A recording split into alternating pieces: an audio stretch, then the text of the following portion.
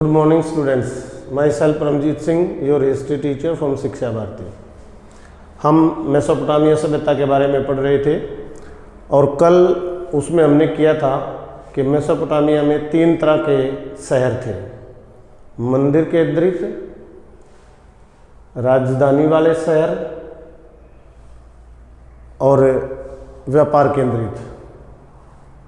आज हम शहरों से संबंधित ही एक टॉपिक, शहरों के उदय एवं विकास के कारण, causes of rise and growth of the cities, यानी शुरुआत में वो तो 3 टाइप्स थे शहरों के।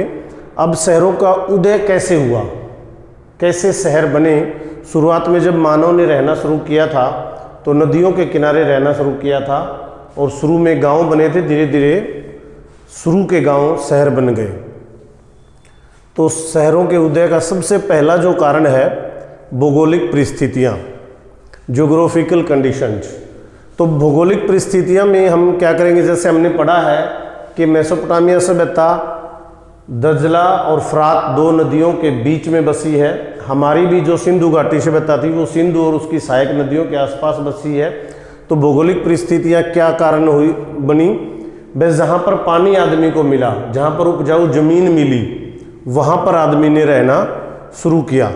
यानी कि ज्योग्राफिकल कंडीशंस जो है फेवर में थी, वहाँ पर आदमी ने रहना शुरू किया। सेकंड जो है सिंचाई प्रबंध, इरिगेशन मैनेजमेंट, यानी जहाँ पर पानी की उचित व्यवस्था हो उसकी, नदियों के किनारे या नदियों की सहायक नदियों के किनारे और नाले वगैरह जो थे पानी के, वहाँ पर तो सिंचाई प्रबंध का विशेष ध्यान रखा गया। जहाँ पर ये था इरिगेशन मैनेजमेंट, वहाँ पर शहरों का विकास हुआ। उसके बाद थर्ड, कृषि में विकास, डेवलपमेंट इन एग्रीकल्चर। जैसे जैसे कृषि में विकास होता गया, साथ साथ गाँव का विकास होता गया और उसी के अकॉर्डिंग शहरों का भी विकास होता गया। क्यों? क्योंकि कृषि का विकास जो है वो शहरों के कारण ही हुआ। नई तकनीक जो आई, नए जो यंत्र आए, उससे कृषि का विकास हुआ और वो नई तकनीक और नए यंत्र शहरों से आए। फोर्थ है तकनीकी विकास, टेक्नोलॉजिकल डेवलपमेंट। इसके साथ साथ और तकनीकी विकास भी हुआ, नए कृषि यंत्र आए और कृषि यंत्रों के साथ साथ दूसरे यंत्र भी जो है आते गए और तकनीकी विकास हुआ, जो सब शहरों में हुआ था। गांव के लिए फायदेमंद था वो, लेकिन सब विकास शहरों में हुआ। फिफ्थ है व्यवसायिक दक्षता, ऑक्यूपेशनल एफिशिएंसी। ये पूर्णतः शहरी था।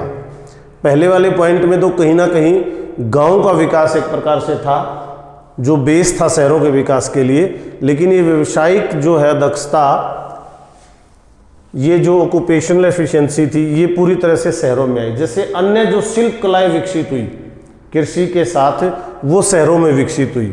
दूसरे व्यवसाय लोग कृषि के अलावा दूसरे व्यवसाय लोग करने लगे। कृषि का जब विकास हुआ तो कम आदमियों की आवश्यकता कृषि में रह गई, तो जो दूसरे आदमी थे कृषि से फ्री हुए, वो दूसरे व्यवसायिक कार्य करने लगे और शहरों में चले गए। सिक्स्थ है व्यापारिक गतिविधियाँ, ट्रेडिंग एक्टिविटीज़। इसी के साथ व्यापार जो है शुरुआत हो गई एक शहर से दूसरे शहर में, और व्यापारिक गतिविधियां बढ़ गई। यहाँ तक कि जो मेसोपोटामिया सभ्यता है उसका हमारी हड़प्पा सभ्यता से भी व्यापार के प्रमाण मिले हैं। तो इन व्यापारिक गतिविधियों ने भी शहरों का विकास किया। सेवंथ है धर्म की भूमिका, रोल ऑफ रिलीजन। धर्म की बहुत बड़ी भूमिका है, क्योंकि जो पुरानी जितनी भी सभ्यताएं हैं, चाहे मेसोपोटामिया की सभ्यता है, चाहे हमारी हड़प्पा की सभ्यता है, चाहे मिस्र की सभ्यता है, उसमें हमने एक चीज़ देखी है कि साइंस विकसित नहीं थी। लोग पूरी तरह से, जो पंडित थे, पुरोहित थे, पादरी, किसी भाषा में कहो, उनके ऊपर डिपेंड थे और वो जो कहते थे वही मानते थे। तो वो जो धर्मगुरु थे वही राजा का कार्य भी करते थे। उन सभ्यताओं में किसी राजा का प्रमाण नहीं मिला है, पुरोहित राजा के ही प्रमाण मिले हैं। यानी कि वो जो पुरोहित थे वो राजा बन गए, तो उन्होंने शहरों में अपने बड़े बड़े महल बनाए, बड़े बड़े ऐशो आरामगाह बनाए तो शहर विकसित हो गए।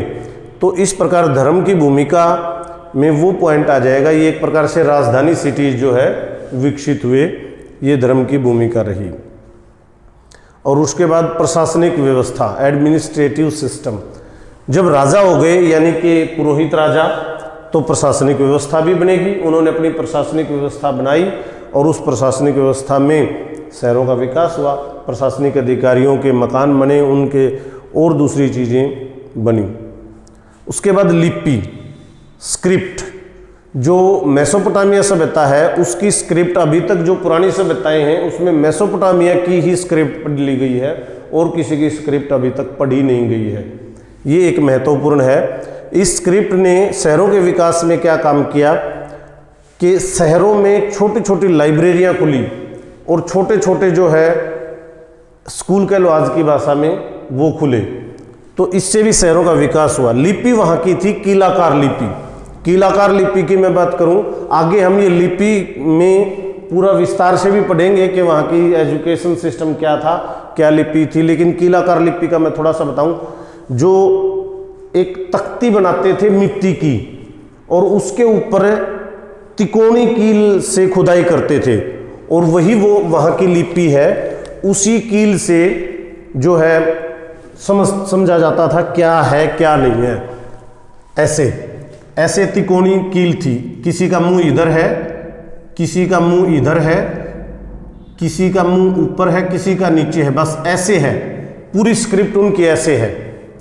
कीलाकार लिपि इसको बोला जाता है। फिर उस तख्ती को जैसे हम ईंट पकाते हैं ऐसे पका लिया जाता था। ऐसे भंडार मिले हैं उनकी स्क्रिप्ट के। तो ये उनकी कीलाकार लिपि थी जिसका शहरों के विकास में महत्वपूर्ण योगदान रहा है। तो आज हमने शहरों के उदय एवं विकास के कारण जाने, जिनमें 9 प्रमुख कारण थे। भौगोलिक परिस्थितियाँ, सिंचाई प्रबंध, कृषि में विकास, तकनीकी विकास, व्यावसायिक दक्षता, व्यापारिक गतिविधियाँ, धर्म की भूमिका, प्रशासनिक व्यवस्था और लिपि। इंग्लिश में बोलूँ तो geographical conditions, irrigation management, development in agriculture, technological development, occupational efficiency, trading activities, role of religion, administrative system और स्क्रिप्ट। तो आज ये एक ही पर्सन है डिटेल में। आज आपका यही होमवर्क है, ये लिख के मेरे पास भेजें। धन्यवाद।